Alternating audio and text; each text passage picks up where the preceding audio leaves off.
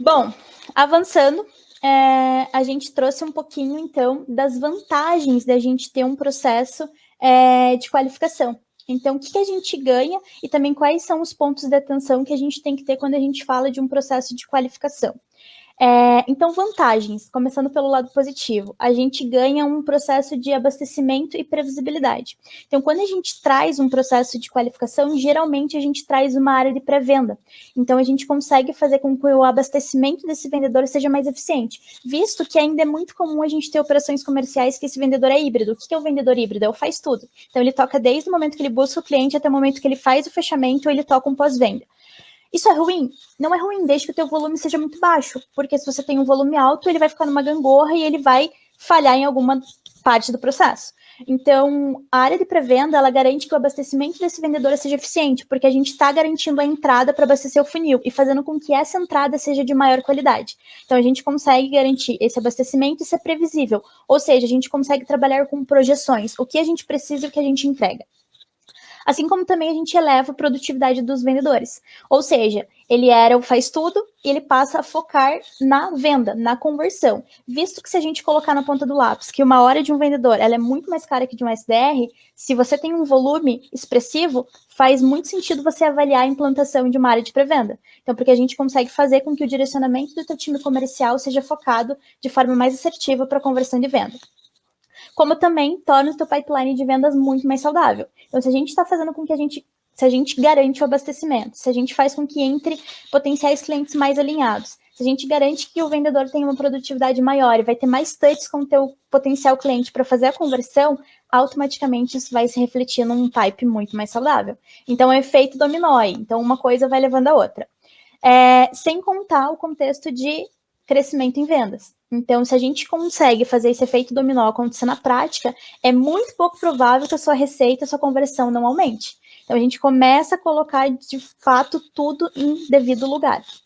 E para fechar, uma coisa também que vai ser muito positiva é a questão da redução de cancelamento. Então, quando a gente consegue criar especialização, fazer uma passagem de bastão mais redonda, tornar uma base de clientes mais saudável, automaticamente a sua carteira de clientes tende a ser melhor também. Isso vai fazer com que o teu cliente não tenha tantos cancelamentos, ou seja, o teu churn ele deve abaixar expressivamente. Então, falando de vantagens, essas são algumas das vantagens da gente executar um processo de qualificação. E já falando de desafio, ou seja, quais são os desafios que eu vou enfrentar se eu quiser ter uma área de pré-venda e fazer qualificação? Então, primeiro, flexibilidade em operações e processos. Por que flexibilidade? Quando a gente fala de pré-venda e qualificação, tudo é muito rápido. E principalmente se você não tem essa área na tua empresa, no teu processo comercial e você deseja implantá-la, a gente precisa ser muito flexível, porque provavelmente você deve mudar muitos processos no início disso. Porque você não tinha e você está implantando. Então, você precisa ser muito flexível. Então, o famoso teste AB, ele funciona muito bem aqui.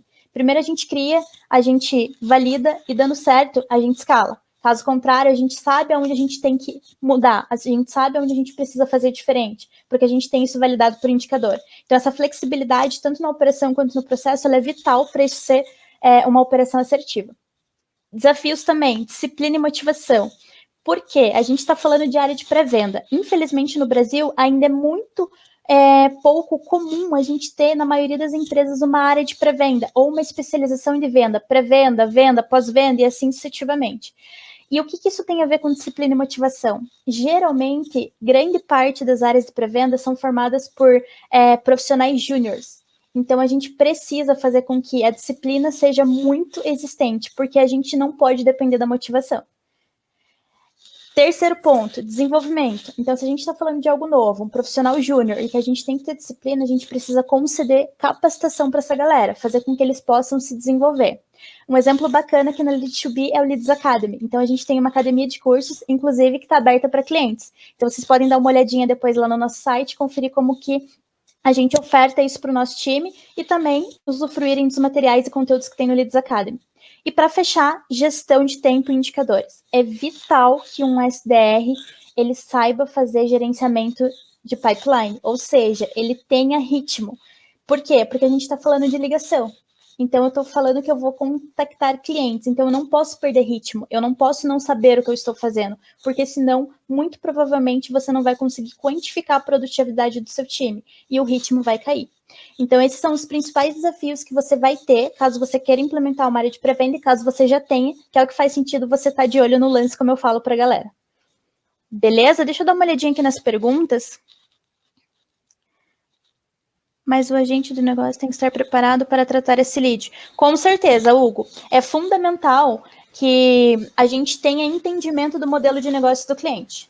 Então, esse é um dos pontos vitais para a gente também ter uma qualificação assertiva. Então, quando a gente entra em contato com o cliente, a gente precisa não somente vender, a gente precisa resolver o problema. E para resolver o problema, a gente fala muito da venda consultiva. E não necessariamente a venda, né? Porque a gente está falando da qualificação, que é o processo de qualificação. Mas para a gente poder saber como atender esse cara, a gente precisa conhecer do modelo de negócio do cliente. Então, por exemplo, ele faz uma venda complexa, ele faz uma venda de impacto, a venda dele é técnica, qual o ciclo de vendas desse cliente? O que eu vou ofertar para ele? O que eu estou oferecendo para ele? Ele já tem? Ele não tem? Por que ele vai... E ainda pensando em duas vertentes, né? Inbound e outbound. Porque se for inbound, ele foi até você. Se for outbound, você está indo atrás dele. Então, o que você vai oferecer de diferente para esse cara? O que de valor ou de resolução de problema você vai levar para ele para gerar esse interesse? Então, faz muito sentido, sim. Sentido não, é essencial esse cara, de fato, estar muito bem preparado e entender do modelo de negócio do cliente em potencial que ele está qualificando. Isa, você quer complementar alguma coisa? Você aí na sua bagagem, experiência de pré-venda sobre isso que o Hugo trouxe? Na verdade, acredito que está completamente correto, né? O pré-vendedor, ele é uma etapa anterior ali do vendedor, mas nem por isso ele deixa de precisar ter uma consultividade, uma autoridade ali na call, uma condução, e isso que ele falou de entender do negócio, né? Tanto do negócio, a sua solução, quanto do negócio do cliente. Então, por isso que quando, por exemplo, é o outbound, tem essa especialização, e quando é o inbound ali pelo marketing, a gente tem o famoso estudo pré-call, que é justamente estudar a empresa do negócio para o qual a gente vai estar contatando, justamente para ter ali insumos e conhecimento para fazer uma tratativa bacana, né? Uma assertiva, beleza? Perfeito. E uma coisa que você trouxe agora, Isa, falando do estudo pré-call, que eu acho interessante falar, nem sempre o cliente que chegou até você quando a gente fala de inbound é a tua persona ideal. Então, o estudo pré-call, ele também valida muito isso. Será que eu estou falando com a pessoa certa? E também isso faz com que você possa especializar o seu pitch. Porque quando a gente fala, por exemplo, com um stakeholder que é da operação, ele vai sentir um tipo de dor. Quando a gente fala com um stakeholder de gestão, ele vai sentir outra dor. Então, o estudo pré-qual, ele é muito importante em ambos casos, tanto in quanto out, para você saber como você aborda esse cliente. Então, saber qual é o pitch que você usa para você já entender qual é a real necessidade do potencial cliente que você está conversando. Perfeito, perfeito. O estudo pré-call, acho que 2 pontos relevantes nele é tanto o segmento daquela empresa, o público dela, entender sobre a empresa, quanto também o cargo que você está abordando, né? Que é justamente a questão de diferentes dores para quem está na operação, para quem está na gestão, e aí você já ir direcionado. Perfeito. Tem uma pergunta aqui, Edu. Como tratar a base por aderência, se tem ou não aderência ao que o cliente quer, referente expectativa versus perspectiva? Legal, Hugo, essa pergunta é muito positiva.